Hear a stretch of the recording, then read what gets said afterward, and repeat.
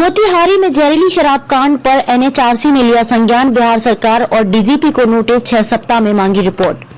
बिहार के मोतिहारी में जहरीली शराब कांड में कहा जा रहा है कि 40 से अधिक लोगों की मौत हो चुकी है। हालांकि प्रशासन ने मंगलवार तक 31 मौतों की पुष्टि की है। राष्ट्रीय मानवाधिकार आयोग एनएचआरसी ने बिहार के कई जिलों में जहरीली शराब पीने से हुई मौतों को लेकर राज्य सरकार और प्रदेश के पुलिस महानिदेशक को नोटिस जारी किया है।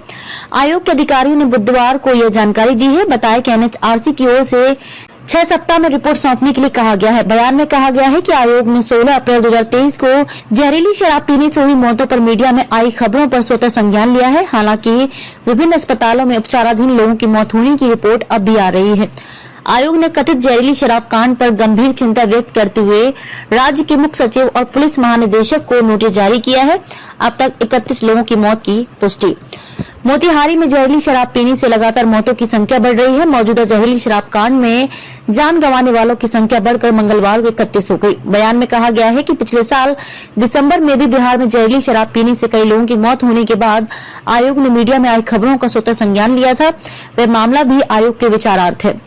मानवाधिकार आयोग ने अपनी रिपोर्ट में कहा कि ऐसा लग रहा है कि राज्य सरकार बिहार में शराबबंदी लागू करने के बाद अवैध शराब की बिक्री खपत पर प्रतिबंध लगाने की अपनी नीति के क्रियान्वयन पर ध्यान नहीं दे रही है। मोतिहारी में 40 से अधिक मौत की चर्चा। आपको बता दें कि बिहार के मोतिहारी में जहरीली शराब कांड में 40 से अधिक लोगों की मौत की बात कही जा रही है। विपक्षी पार्टी बीजेपी नाम के साथ लिस्ट भी जारी कर चुकी है।